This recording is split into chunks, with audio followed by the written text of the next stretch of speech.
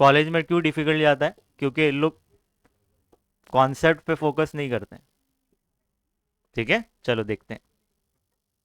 अब आपने गुडविल को वैल्यू तो कर लिया कि इस बिजनेस का गुडविल का अमाउंट इतना है, या तो सुपर प्रॉफिट या तो एवरेज प्रॉफिट से अमाउंट निकाला होगा कि नाम का पैसा एक्चुअल में कितना है, वो निकाल लिया। अब उसको ट्रीट कैसे करेंगे, हमारे बुक्स ऑफ अकाउंट में उसकी अकाउंटिंग कैसे होगी, तो उसको बोलते हैं ट्रीटमेंट ऑफ गुडविल। बच्चे लोग वैल्यूएशन और ट्रीटमेंट को मिक्स करते हैं। वैल्यूएशन मतलब आपने गुडविल का अमाउंट निकाला, गुडविल का अमाउंट है कितना, वो वैल्यूएशन में हो गया कवर। अब ये अमाउंट आपको पता चल गया, उसका ट्रीटमेंट कैसा होगा, ट्रीटमेंट मतलब उसकी अकाउंटिंग कैसी होगी हमारे बुक्स ऑफ अकाउंट में। तो इसमें दो मेथड्स हैं, एक प्रीमियम मेथड है, एक वैल्यूएशन मेथड। भाई प्रीमियम मेथड कब देखना है, जब जो नया पार्टनर है ना गुडविल का पैसा लेकर आएगा हमारे बिजनेस में। अच्छा, उससे हम गुडविल का पैसा क्यों मंगवाते हैं? भाई इतने सालों से, फॉर एग्जांपल 10 साल से मैं ये बिजनेस कर रहा हूँ, मेडिनियर क्लासेस नाम चला रहा हूँ भाई, मार्केट में बहुत नाम पॉपुलर हो गया। शुरुआत में मैंने लॉस झेला, बच्चे नहीं थे भाई, कोई जानता ही नहीं था, कोई नहीं आता था। रेंट में पे कर रहा हूँ जेब से, इलेक्ट्रिसिटी पे कर रहा हूँ। शुरुआत में लॉस झेला मैंने, नाम बनाया, 10 साल लग गए। अब मैं प्रॉफिट कमाना चालू कर दिया। अब कोई नया पार्टनर आके मेरे बिजनेस में मतलब उसका एडमिशन होता है, मतलब नया पार्टनर मेरे बिजनेस में आना चाहता है, तो क्या भाई ये जो प्रॉफिट में कमा रहा है वो ऐसे ही लेके चला जाएगा? मैं उसको बोलूँगा कि भाई नाम का पैसा भी तू दे, इतने सालों से जो मेहनत किया, मेडिनियर नाम बनाया मैंने, उसका पैसा भी मुझे चाहिए। ठीक है। अगर वो पैसा कैश में लेकर आता है, कैश में, तो फर्स्ट मेथड देखेंगे। कौन सा मेथड है ये? Premium method. अगर वो पैसा कैश में नहीं लाता तो उसको बोलेंगे when new partner does not bring share of goodwill in cash. तो आपको कौन सा मेथड देखना है? Valuation method. इतनी बात समझ में आई क्या? प्रीमियम मेथड कब देखेंगे? जब नया पार्टनर कैश में गुडविल का पैसा लेकर आ रहा है। वैल्यूएशन मेथड जब गुडविल का पैसा कैश में नहीं आ रहा है, तो वैल्यूएशन मेथड देखेंगे। इतनी बात तो समझ में आ गई। चलो और आते हैं।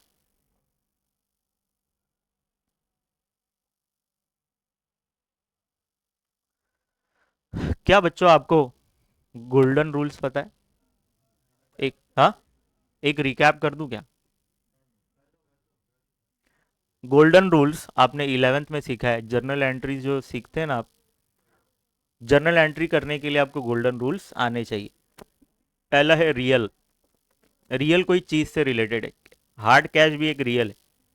हार्ड कैश है ना, वो भी कोई चीज है। अगर कोई चीज आपके पास आती है तो आपको जर्नल एंट्री में ऊपर लिखना है, मतलब डेबिट करना है। मैं लिखूं क्या उसको? वरना कैसा है ना, आपका माइंड माशाल्लाह है, बहुत दिमागदार है आप लोग। गोल्डन रूल्स, पहला है रियल। ठीक है। इसमें दो चीज याद रखना है, डेबिट व्हाट कम्स इन।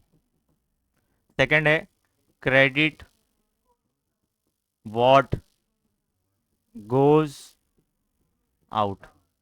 भाई रियल कब देखना है आपको? रियल कोई चीज से रिलेटेड, अगर कोई चीज आपके पास आ रही है तो कम्स इन मतलब आ रही है, तो आपको जर्नल एंट्री में ऊपर लिखना है, मतलब डेबिट करना है। जर्नल एंट्री डेबिट क्रेडिट होता है। अगर कोई चीज आपके पास से जा रही है तो आपको क्रेडिट करना है। तो कैसे याद रखेंगे? Debit what comes in, what मतलब जो, तो जो चीज आ रही है आपके पास उसको डेबिट करना है, जो चीज आपके पास से जा रही है उसको क्रेडिट करना है, मतलब जनरल एंट्री के नीचे लिखना है, जनरल एंट्री में नीचे लिखना है। Second, nominal. इसको कैसे याद रखेंगे? भाई एक्सपेंस होगा तो डेबिट करना है, इनकम होगा तो क्रेडिट करना है। डेबिट करना है मतलब जनरल एंट्री में ऊपर लिखना है, और इनकम हुआ तो जनरल एंट्री में नीचे लिखना है, मतलब क्रेडिट करना है। तो लिखेंगे कैसे? Debit all expenses and losses. भाई जो नुकसान भी होगा ना, वो सब के सब डेबिट में जाएंगे, खर्चा और नुकसान, ये दोनों डेबिट में जाएंगे, मतलब जनरल एंट्री में ऊपर लिखना है आपको। Second, credit all income and gains. Gains मतलब फायदा, इनकम हो या कुछ कोई फायदा हुआ है आपको, तो आपको जनरल एंट्री में क्रेडिट करना है, मतलब जनरल एंट्री में नीचे लिखना है। क्या बात समझ में आई क्या? Third, personal. अगर कोई पर्सन रिसीवर है तो रिसीवर को डेबिट करना है, मतलब जनरल एंट्री में ऊपर लिखना है। अगर वो पर्सन गिवर है तो जनरल एंट्री में नीचे लिखना है, मतलब क्रेडिट करना है। रिसीवर ऊपर, गिवर नीचे। Debit the receiver, debit the receiver. Receiver आया नहीं क्या?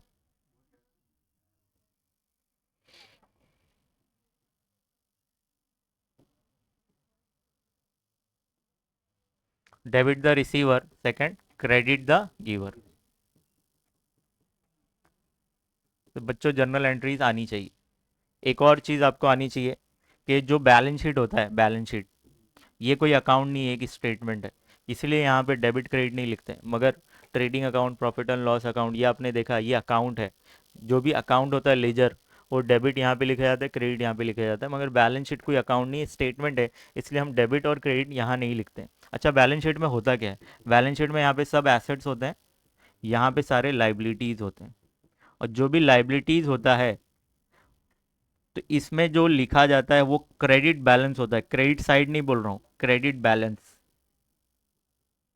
ये एसेट्स में, एसेट साइड जो भी अमाउंट होता है वो डेबिट बैलेंस होता है, डेबिट बैलेंस। क्या बात समझ में आई? ठीक। इसका फोटो लेना है तो लो। चलो, ये आपने देख लिया। आते हैं इस चार्ट पर। Premium method. अब सुनो, जब भी नया पार्टनर गुडविल का पैसा कैश में लेकर आता है, तो कैश एक चीज है, कैश एक चीज है, तो वो आएगी तो आपको डेबिट करना है रियल के हिसाब से। अगर बैंक के थ्रू पैसे लेकर आ रहा है तो बैंक क्या है? पर्सनल है। बैंक क्या है? पर्सनल। तो बैंक अकाउंट में पैसे आएंगे, तो ऐसा समझिए कि रिसीवर जो होता है पर्सनल के हिसाब से डेबिट करना होता है, तो आपका बैंक रिसीवर है, तो जो भी बैंक अकाउंट होगा उसको रिसीवर मतलब डेबिट करना है। इन शॉर्ट, कैश में आया या बैंक में आ रहा है ना, आ रहा है तो ऊपर लिखना है, मतलब डेबिट करना है। समझ में आया? क्या इतनी बात समझ में आई? फिर इन लोग क्या करते हैं, गुडविल का एक टेम्पररी अकाउंट ओपन किया, तो गुडविल को क्रेडिट कर दिया इन लोगों ने। क्या कर दिया? ये टेम्पररी अकाउंट है, ये खत्म हो जाएगा। क्रेडिट किया। अब क्रेडिट किया है तो खत्म करना है, तो इसको डेबिट करना पड़ेगा कि नहीं? तो बुक्स में खत्म होना चाहिए कि नहीं? अगर आपने क्रेडिट कर दिया है उसको, तो डेबिट करना पड़ेगा नेक्स्ट एंट्री में, तो खत्म होगा। देखो, प्लस माइनस खत्म होता है ना, जैसे -5 लिखा, फिर +5 लिखा, तो खत्म हो जाएगा कि नहीं? जीरो हो जाएगा। सेम वैसे ही जनरल एंट्रीज में होता है। अगर आपने कोई अकाउंट को क्रेडिट किया है और सेम अकाउंट डेबिट हुआ, तो डेबिट क्रेडिट खत्म हो जाएगा। जैसे -5 +5 खत्म होकर जीरो हो जाएगा कि नहीं? सेम वैसे ही। तो ये टेम्पररी का अकाउंट आपने गुडविल को क्रेडिट कर दिया। इतनी बात समझी? अब भाई टेम्पररी वर्ड बोल रहा हूँ तो खत्म होना चाहिए। नेक्स्ट एंट्री में आप क्या करेंगे? गुडविल अकाउंट, ये गुडविल है, गुडविल अकाउंट को आप डेबिट करेंगे। फिर ये गुडविल का पैसा किसको मिलना चाहिए भाई? जो पुराने पार्टनर्स हैं, पुराने पार्टनर्स जो हैं उनको मिलना चाहिए। और कौन से रेशो में मिलेगा? सेक्रीफाइस रेशो में। सेक्रीफाइस मतलब क्या? जो नए पार्टनर्स को आने के वक्त अपने शेयर में से दिया है, जिसने ज्यादा दिया रहेगा अपना शेयर, उसको ज्यादा गुडविल का पैसा मिलेगा। नहीं समझा? सेक्रीफाइस रेशो क्या होता है? वे पुराने पार्टनर्स नए पार्टनर्स के लिए सेक्रीफाइस करते हैं अपना शेयर ऑफ प्रॉफिट। जिसने ज्यादा सेक्रीफाइस किया रहेगा उसको ज्यादा मलाई मिलना चाहिए कि नहीं? गुडविल का पैसा उसको ज्यादा मिलेगा। तो यहाँ पे जो गुडविल का पैसा आने वाला है ना, वो डिस्ट्रीब्यूट होगा पुराने पार्टनर्स में, क्योंकि पुराने पार्टनर्स ने इतने सालों से मेहनत किया है और ये नाम बनाया है। और नाम बनाने के बाद जिसने ज्यादा सेक्रीफाइस किया है उसको उतना ज्यादा मिलेगा गुडविल का अमाउंट।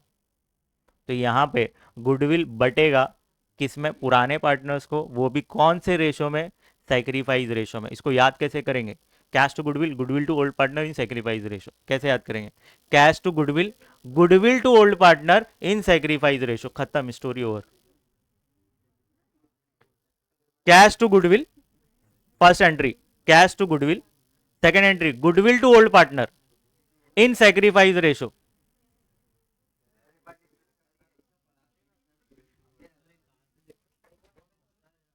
कुछ मसला असला नहीं है, तेरे हिसाब से नहीं चलेगा।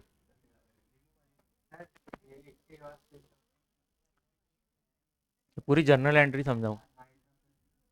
सुनो, जो नया पार्टनर है वो गुडविल का पैसा लेकर आएगा। ठीक है, तो हमारे पास पैसे आने वाले या तो कैश में या तो बैंक में आ रहा है, तो ऊपर लिख देंगे जनरल एंट्री में ऊपर। ठीक है, कैश या तो बैंक के थ्रू आया होगा, ऊपर लिख दिया हमने। एक टेम्पररी अकाउंट हमने क्रिएट किया गुडविल, क्योंकि गुडविल का पैसा आ रहा है, तो ये टेम्पररी अकाउंट है, क्रेडिट कर दिया इसको। ठीक है, डेबिट किसको किया? कैश को। टेम्पररी अकाउंट हमने गुडविल क्रिएट कर दिया। अब ये टेम्पररी अकाउंट को खत्म करना है, तो नेक्स्ट एंट्री में गुडविल को डेबिट कर देंगे। ठीक है, और ये गुडविल का पैसा बटेगा पुराने पार्टनर्स को। गुडविल का पैसा बटेगा पुराने पार्टनर्स को, कौन से रेशो में? सैक्रिफाइस रेशो में। भाई जिसने ज्यादा सेक्रीफाइस किया होगा उसको गुडविल का पैसा उतना ज्यादा मिलेगा। कोई ऐसा पार्टनर है जिसने सेक्रीफाइस किया ही नहीं, बोलता है कि मैं पहले 40% प्रॉफिट लेता था, अभी भी 40% ही प्रॉफिट लूंगा, तू अपन सेकंड पार्टनर वो सेक्रीफाइस कर रहा है उसके लिए, तो गुडविल का पैसा जिसने सेक्रीफाइस किया उसको ही मिलेगा फिर। ज़्यादा सेक्रीफाइस करोगे तो ज़्यादा मिलेगा, कम सेक्रीफाइस करोगे तो कम मिलेगा। तो इसको याद करने का तरीका एकदम simple. Cash to goodwill, goodwill to old partner in sacrifice ratio. यहाँ पे कैपिटल पार्टनर्स, ओल्ड पार्टनर्स मतलब ओल्ड पार्टनर्स कैपिटल अकाउंट होगा एक्चुअल में, हाँ? तो याद करने के लिए मैंने ऐसा लिखा है, जैसे दो पार्टनर्स है राम और श्याम, तो राम्स कैपिटल और श्याम्स कैपिटल ऐसा लिखा जाता है। और कैपिटल कहाँ लिखते हैं बच्चों? अभी तक हमने देखा है कैपिटल कहाँ आता है? लाइबिलिटी में। और लाइबिलिटी का बैलेंस कौन सा होता है? क्रेडिट। इसीलिए ये क्रेडिट साइड लिखा गया है। कैपिटल हमेशा कहाँ लिखा जाता है? लाइबिलिटी में, और लाइबिलिटी का बैलेंस होता है क्रेडिट। इसीलिए जितने भी पार्टनर्स के कैपिटल होंगे वो क्रेडिट में लिखे जाएंगे। इसको याद करने का बहुत आसान तरीका है, cash to goodwill, goodwill to old partner, sacrifice ratio. ठीक है, यहां तक अगर आपने पास किया है, तो आप देख रहे हो कि इस दोनों एंट्रीज में कभी आपने देखा कि कैश जा रहा है? कैश सिर्फ आया ही है, गया नहीं है। अगर वो क्रेडिट में कैश या तो बैंक लिखा होता ना, तो पैसे गए होते बिजनेस से। अगर ये दो एंट्री आपने पास किया, दैट मीन कैश अभी तक बिजनेस के अंदर ही है। अंदर ही है मतलब रिटेन्ड है, रिटेन करना, रिटेन मतलब अभी तक पैसे बिजनेस के अंदर ही है। अगर क्वेश्चन में बोलता है कि गुडविल इज रिटेन्ड, रिटेन्ड मतलब गुडविल का पैसा बिजनेस के अंदर ही है, बाहर गया नहीं अभी तक, पार्टनर्स लोगों ने विड्रॉ नहीं किया है, तो आपको सिर्फ और सिर्फ ये दो एंट्री पास करके खत्म कर देनी है। कब करना है? जब क्वेश्चन में बोलेगा रिटेन, रिटेन मतलब गुडविल का पैसा बिजनेस के अंदर ही है। ठीक। अगर आपको क्वेश्चन में एक और चीज बोल देता है, क्या? कि गुडविल का पैसा पुराने पार्टनर्स लेकर जा रहे घर में, घर पे लेके जा रहे, तो आपको एक एंट्री और पास करनी पड़ेगी। तो दैट मीन्स ये ऊपर की दो एंट्री पास करनी पड़ेगी, प्लस एक ये एंट्री पास करनी पड़ेगी। अगर आपको क्वेश्चन में बोलता है कि new partner bring share of goodwill in cash, नए पार्टनर्स लोग पैसा लेकर आ रहे कैश में, and withdrawn by old partner, और पुराने पार्टनर पैसा घर पर भी लेकर जा रहे, लेकर आया नया पार्टनर ने बिजनेस में, और पुराने पार्टनर विड्रॉ करके घर पे लेके जा रहे। पैसा कौन लेकर आया? नया पार्टनर बिजनेस के अंदर। गुडविल का पैसा कौन लेकर आया? नया पार्टनर। और पुराने पार्टनर इस गुडविल का पैसा विड्रॉ करके घर पे लेकर जा रहे हैं, तो आपको ये दो एंट्रीज तो पास करनी पड़ेगी, प्लस एक एंट्री और पास करनी पड़ेगी। ठीक है, तो सुनो, तो ये तो सेम एंट्री है, दो एंट्री तो यहाँ पे आएगी, प्लस ये एंट्री और आने वाली है। तो बिजनेस से पैसे जा रहे हैं, जा रहा है तो कैश को आपको क्रेडिट करना पड़ेगा, कैश को क्रेडिट करना पड़ेगा। आया किसके पास? पुराने पार्टनर्स के पास, तो जो रिसीवर है उसको ऊपर लिखना पड़ेगा पर्सनल के हिसाब से। तो यहाँ पे पुराने पार्टनर्स को पैसे मिल रहे हैं और बिजनेस से कैश जा रहा है, तो आपको ये एंट्री पास करनी पड़ेगी। ओल्ड पार्टनर्स कैपिटल अकाउंट या तो करंट अकाउंट जो भी होगा, एक्चुअल कैश विड्रॉ, जितना पैसा ये लोग विड्रॉ करके लेकर जा रहे हैं वो ऊपर लिखा जाएगा, और कितना पैसा बिजनेस से गया वो नीचे लिखा जाएगा। जैसे दो पार्टनर्स हैं, मिस्टर ए और मिस्टर बी, गुडविल का पैसा आया समझो 50,000, दोनों को 25-25 मिल रहा है, ऐसा समझो, दोनों ने इक्वल सेक्रीफाइस किया है, तो दोनों को 25-25 हज़ार रुपये मिलना मिलेगा। मगर ये लोग ने पूरा पैसा विड्रॉ नहीं किया, दोनों ने 10-10 हज़ार रुपये ही विड्रॉ किया। आया बिजनेस में 25-25, दोनों को 25-25 मिला है, टोटल 50,000 आया, मगर विड्रॉ कितना कर रहे हैं लोग? 10,000 10,000, दोनों पार्टनर। तो एक्चुअल में कितना विड्रॉ कर रहे हैं वो अमाउंट यहाँ पे लिखना पड़ेगा। तो यहाँ पे मिस्टर ए के पास 10,000 आए, मिस्टर बी के पास 10,000 आए, और टोटल बिजनेस से 20,000 जाएगा, तो टू कैश 20,000 आपको लिखना है। तो चलो अब 3 एंट्री हो गई।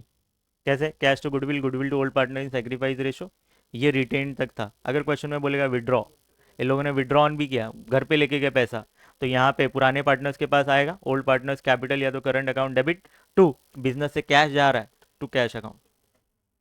समझ में आया क्या? पक्का? ठीक है, चलो फिर है प्राइवेट सेटलमेंट। प्राइवेट सेटलमेंट मतलब क्या?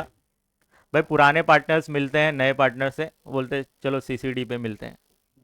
कहाँ मिलते हैं? Cafe coffee day.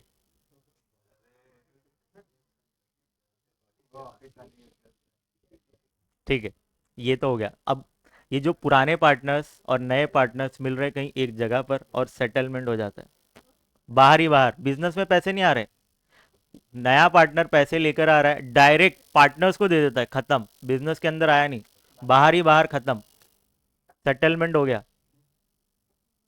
तो आपको एंट्री पास करनी ही नहीं है, बिजनेस में पैसे आया ही नहीं ना, बाहर ही सेटल हो गया, तो यहाँ पे नो एंट्री पास होगी।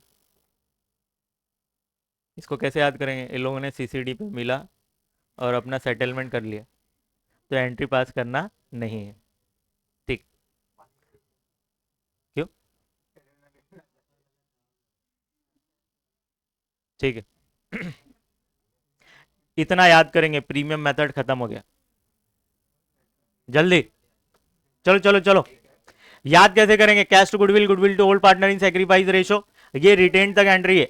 अगर आपको क्वेश्चन में बोलेगा कि भाई withdrawn by old partners, goodwill का पैसा तो आया मगर पुराने पार्टनर्स घर पर लेकर जा रहे हैं, तो एक एंट्री और लग जाएगी, ओल्ड पार्टनर्स कैपिटल या तो current account debit to cash account.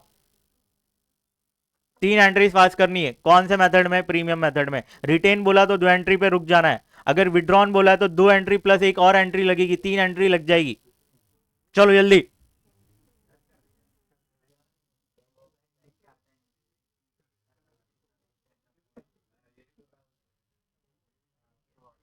अब सुनो, ये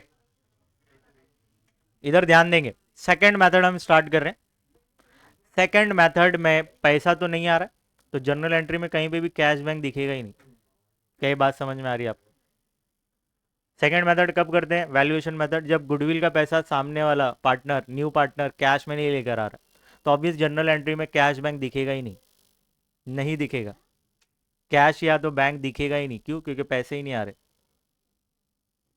क्या ये बात समझ में आई क्या? चलो, गुडविल आपके लिए क्या होता है? एक एसेट होता है। क्या होता है? एसेट। और एसेट का बैलेंस होता है डेबिट। अगर क्वेश्चन में आपको बोलेगा गुडविल रेस करिए, सिर्फ बोला है गुडविल रेस करने, रेस करना है मतलब गुडविल आपको अपने बुक्स ऑफ अकाउंट में दिखाना है, शो करना है। रेस करना है मतलब शो करना है। तो गुडविल एक एसेट होता है, आपको अगर उसको शो करना है तो उसको डेबिट करना पड़ेगा। क्या करना पड़ेगा? डेबिट। क्या ये बात समझ में आई? ठीक। अब क्रेडिट किसको करेंगे? भाई पुराने पार्टनर्स ने मेहनत किया इस गुडविल के पीछे, तो पुराने पार्टनर्स का नाम हम क्रेडिट कर देंगे। पार्टनर्स का बैलेंस होता है क्रेडिट। क्या होता है? क्रेडिट। जैसे पार्टनर्स का कैपिटल, कैपिटल अकाउंट हम कहाँ लिखते हैं? लाइबिलिटी में, और लाइबिलिटी का बैलेंस होता है क्रेडिट। इसीलिए जैसे दो पार्टनर्स हैं ए और बी, तो mister A capital account credit और mister B capital account credit, ऐसा लिखा जाएगा। और कौन से रेशो में? ओल्ड रेशो में। कौन से रेशो में? यहाँ सेक्रीफाइस नहीं होगा। जब आप रेस कर रहे हैं तो ओल्ड रेशो में रेस करेंगे। रेस हो गया, गुडविल हमारे बुक्स में दिखना चालू हो गया, और ये गुडविल का पैसा किसको मिलेगा? पुराने पार्टनर को, ओल्ड रेशो में। कौन से रेशो में? ओल्ड रेशो में। ठीक। क्वेश्चन में अगर बोलता है गुडविल को रेस करिए और राइट ऑफ कर दीजिए, पहले दिखाइए फिर कैंसिल कर दीजिए। रेस किया मैंने, तो रेस करने के लिए सेम एंट्री पास करूंगा मैं, प्लस राइट ऑफ मतलब गुडविल को खत्म करना है, तो एक और एंट्री पास करनी पड़ेगी। गुडविल को खत्म कैसे करेंगे? आपने डेबिट किया है, बुक्स में खत्म करना है, तो फिर से गुडविल को क्रेडिट करना पड़ेगा। तो आपने गुडविल को डेबिट किया है ना, खत्म करने के लिए गुडविल को क्रेडिट करेंगे, गुडविल खत्म हो जाएगा, तो ये राइट ऑफ हो गया। डेबिट किसको करें? डेबिट करेंगे ऑल पार्टनर्स। ऑल पार्टनर्स मतलब नया पार्टनर इंक्लूडिंग न्यू पार्टनर्स। यहाँ पे ऑल पार्टनर्स आएंगे। क्या आएंगे? ऑल पार्टनर्स अकाउंट डेबिट यहाँ पे कौन सा रेशो आएगा? New ratio. ओल्ड रेशो में रेज हुआ, न्यू रेशो में राइट ऑफ हुआ। जब भी क्वेश्चन में बोलेगा रेज करिए तो ओल्ड में रेज होगा, ओल्ड रेशो में, और राइट ऑफ होगा न्यू रेशो में। क्वेश्चन में सिर्फ बोलेगा रेस करो तो ये एंट्री पास करना है। रेज एंड राइट ऑफ बोला तो रेस की तो आपने सीखा सेम आएगी, और राइट ऑफ की है। रेस करेंगे ओल्ड में, राइट ऑफ करेंगे न्यू में। न्यू में तो सारे पार्टनर्स होते हैं ना, नया पार्टनर भी आ जाता है ना। न्यू रेशो में हमने सीखा न्यू रेशो कब निकालते हैं भाई, नया पार्टनर भी आ जाता है तब निकालते हैं। तो ओल्ड में रेस करेंगे, न्यू में राइट ऑफ करेंगे। ओल्ड में ओल्ड पार्टनर्स होंगे और न्यू में सारे के सारे पार्टनर्स होंगे, मतलब ऑल पार्टनर्स। ठीक। क्या ये दो एंट्री समझ में आई आपको?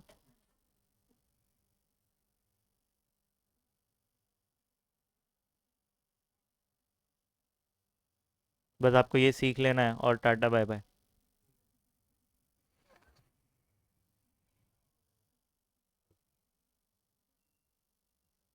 15 मिनट है, हो जाएगा। अब सुनो। दो कौन सा वैल्यूएशन मेथड में है हमें? फर्स्ट पार्ट हो गया, सेकंड पार्ट हो गया, अब थर्ड पार्ट करने जा रहे हैं। बोल रहा है कि when goodwill already appears in old balance sheet. Question में एक बैलेंस शीट दिया होता है, पुराना बैलेंस शीट। उस बैलेंस शीट के अंदर गुडविल ऑलरेडी लिखा हुआ है। जैसे क्वेश्चन होता है ना, क्वेश्चन के अंदर ही बैलेंस शीट दिया हुआ है और गुडविल का कुछ ना कुछ अमाउंट दिया है, एसेट साइड। यहाँ पे सब एसेट्स होते हैं। इस एसेट साइड में गुडविल का कुछ ना कुछ अमाउंट दिया हुआ है ऑलरेडी, उसको सेटल करना है। और एडजस्टमेंट में कुछ बोला होगा, और आंसर में हम क्या करेंगे? सुनो, देखते हैं। When goodwill already appears in old balance sheet, पुरानी बैलेंस शीट में गुडविल का कुछ अमाउंट दिया हुआ है। Adjust with revaluation method, adjust with partners capital, या तो करंट अकाउंट। आपको दो मेथड दिए गए हैं। अगर गुडविल का अमाउंट पुरानी बैलेंस शीट में ऑलरेडी दिया हुआ है तो इसको सॉल्व करने के दो तरीके हैं। पहला तरीका यह है कि रिवैल्यूएशन अकाउंट से एडजस्ट करो, या तो फिर वो पार्टनर्स कैपिटल या तो करंट अकाउंट से एडजस्ट करो। ये पहला मेथड, ये दूसरा मेथड, दोनों अलाउड है, दोनों अलाउड। कैसे करेंगे? यहाँ पे मैंने कुछ एग्जाम्पल दिया हुआ है। चलो, पुरानी बैलेंस शीट में 60,000 लिखा हुआ है। अब एडजस्टमेंट में बोलता है कि गुडविल का अब वैल्यू जो है ना 70,000 है। 10,000 बढ़ गया कि नहीं? 10,000 बढ़ा। ठीक है। जब भी एसेट का वैल्यू बढ़ता है तो आगे मैं करवाने वाला हूँ कि भाई जब भी एसेट्स बढ़ेगा तो हमारे लिए फ़ायदा है। और फ़ायदा है तो एक अकाउंट ओपन होता है इसमें, रीवैल्यूएशन अकाउंट। कौन सा अकाउंट?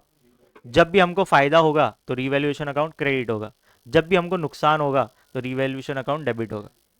फ़ायदा होगा तो रीवैल्यूएशन क्रेडिट, नुकसान होगा तो हमारे लिए रीवैल्यूएशन डेबिट हो जाएगा। तो यहाँ पे गुडविल हमारे लिए एक एसेट है, और एसेट का वैल्यू अगर इंक्रीज हो जाता है तो हमारे लिए फ़ायदा है, और फ़ायदा है तो रीवैल्यूएशन क्रेडिट होगा। क्या ये बात समझ में आ रही है आपको? अब आप एक और चीज़ समझ लीजिए, डेबिट और डेबिट क्या होता है? इंक्रीज। डेबिट एंड क्रेडिट अगर दोनों अपोजिट है, डिक्रीज। या तो पहले क्रेडिट है फिर डेबिट है तो भी डिक्रीज होगा। अपोजिट दिखा ना, अपोजिट, डिक्रीज। अगर सेम रहेगा, सेम, तो इंक्रीज होगा। क्या होगा? इंक्रीज। ये रूल आपने 11th में सीखा होगा, अगर आपने किया है तो। किया था हमने। चलो, अगर दोनों डेबिट है, फर्स्ट एंट्री में कोई अमाउंट है डेबिट, और फिर से आपने उसको डेबिट कर दिया, तो डेबिट डेबिट इंक्रीज हो जाएगा। डेबिट क्रेडिट अलग है, डेबिट क्रेडिट डिक्रीज होगा, क्रेडिट डेबिट डिक्रीज होगा, क्रेडिट क्रेडिट दोनों सेम आ गया, इंक्रीज हो जाएगा। अब सुनो, गुडविल होता है एक एसेट, और अभी मैंने बताया एसेट का बैलेंस होता है डेबिट। अगर कोई डेबिट वाले को इंक्रीज करना है तो फिर से मुझे डेबिट करना पड़ेगा, डेबिट फिर डेबिट इंक्रीज हो जाएगा। तो सुनो, ये बैलेंस शीट में ये 60,000 दिखता होगा। अब मुझे 10,000 इसमें ऐड करना है। ऐड करने के लिए फिर से मुझे क्या करना पड़ेगा? गुडविल को डेबिट करना पड़ेगा। क्या करना पड़ेगा? डेबिट। क्यों? क्योंकि वो एसेट है और एसेट का बैलेंस होता है डेबिट। इसीलिए मुझे क्या करना पड़ेगा? गुडविल को फिर से डेबिट करना पड़ेगा। क्यों? क्योंकि इसका अमाउंट 10,000 से बढ़ाना है। तो यहाँ पे मैं एक्स एक्स लिखा हूँ, यहाँ पे 10 के आ जाएगा। 10,000 डेबिट होगा और रीवैल्यूएशन अकाउंट 10,000 से क्रेडिट हो जाएगा। क्या ये बात समझ में आ रही है? पक्का? तो revalue goodwill account debit to revaluation account, ये फर्स्ट मेथड हो गया, एडजस्ट विद रीवैल्यूएशन अकाउंट। तो रीवैल्यूएशन अकाउंट से कैसे एडजस्ट करना है वो देख लिया आपने। और देखते कभी कम हो गया तो, जैसे पुरानी बुक्स ऑफ अकाउंट में गुडविल का वैल्यू 60,000 है, एडजस्टमेंट में बोलता है कि उसका वैल्यू अब 50,000 हो गया। क्या हो गया? 50,000। अब कम करना है, तो गुडविल का बैलेंस होता है डेबिट, इसको कम करना है, डिक्रीज करना है। अगर वो डेबिट है तो सेम उसको क्रेडिट करना पड़ेगा, तो मुझे क्या करना पड़ेगा? गुडविल को क्रेडिट करना पड़ेगा। कितने अमाउंट से? 10,000। तो भाई एसेट का वैल्यू कम हो रहा है, मेरे लिए नुकसान है, नुकसान है तो रिवैल्यूएशन डेबिट हो जाएगा। तो ये जो पार्ट दिया ना, ये फर्स्ट मेथड है, एडजस्ट विद रिवैल्यूएशन। तो इंक्रीज हो रहा है तो मैंने ऐसा किया, डिक्रीज हो रहा है तो ऐसे किया मैंने। समझ में आया क्या? पक्का? नहीं समझा? साइलेंट हो गए हैं सब। बाउंड नहीं नहीं भाई,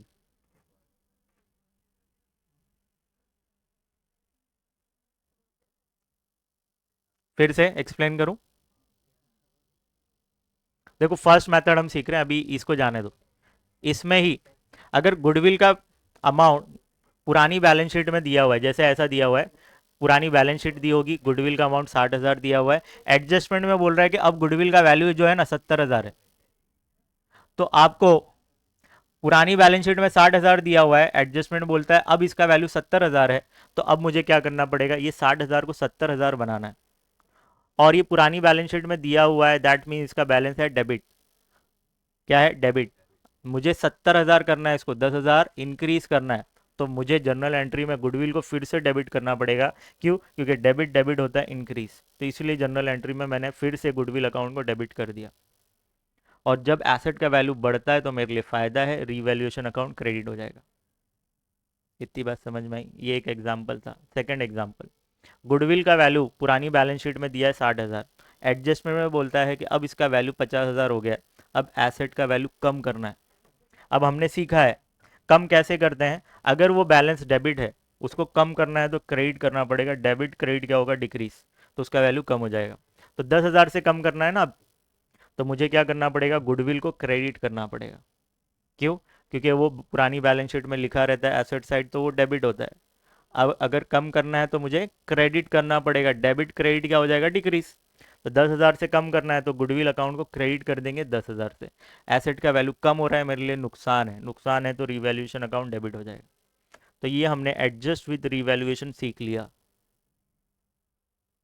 ठीक है, पहला मेथड हमने सीखा। सेकंड मेथड बोल रहा है कि एडजस्ट विद पार्टनर्स कैपिटल या तो करंट अकाउंट, जो भी क्वेश्चन में दिया रहेगा उस हिसाब से हम देखेंगे, या तो कैपिटल दिया रहता है, करंट दिया रहता है। ठीक है, देखो यहाँ पे जो एंट्री आपने पास की सेम एंट्री पास करना है, जहाँ पे रीवैल्यूएशन है वहाँ पे ओल्ड पार्टनर्स कैपिटल या तो करंट अकाउंट आ जाएगा। सेम वैसे ही यहाँ जो आपने पास किया सेम पास करना है, जहाँ गुडविल है वहाँ गुडविल, मगर रीवैल्यूएशन के प्लेस पे ओल्ड पार्टनर्स कैपिटल अकाउंट आ जाएगा। अब याद करने के लिए सिर्फ ओल्ड पार्टनर्स याद रखो। Goodwill account debit to old partners. फिर अगर इंक्रीज कर रहे हो तो सुनो, स्टार्ट करूँ वापस से। रीवैल्यूएशन मेथड में फायदा होगा तो रीवैल्यूएशन क्रेडिट होता है। यहाँ पे एसेट का वैल्यू इंक्रीज हो रहा है, फायदा हो रहा है, तो यहाँ पे रीवैल्यूएशन में नहीं जाएगा, ये फायदा बढ़ जाएगा पुराने पार्टनर्स को। वो भी कौन से रेशो में? ओल्ड रेशो में। कौन से रेशो में? ओल्ड रेशो में। ठीक है, अगर नुकसान होता है, गुडविल का वैल्यू कम होता है तो हमारे लिए नुकसान है।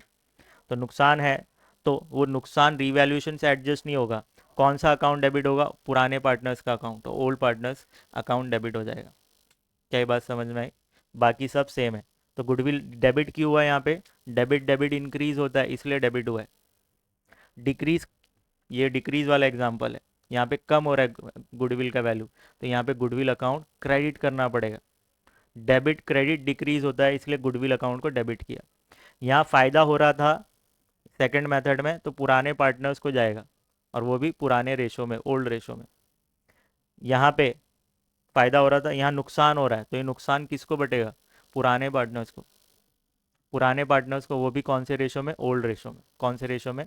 ओल्ड रेशो में। तो ये बच्चों ये पूरा चार्ट हमारा कंप्लीट हो जाता है। कल आप आएंगे तो ये पूरा चार्ट आपको जहाँ तक मैंने अभी तक सिखाया है सब आना चाहिए। ऐसे ही उठ के नहीं आना, 4 लोग रुकेंगे,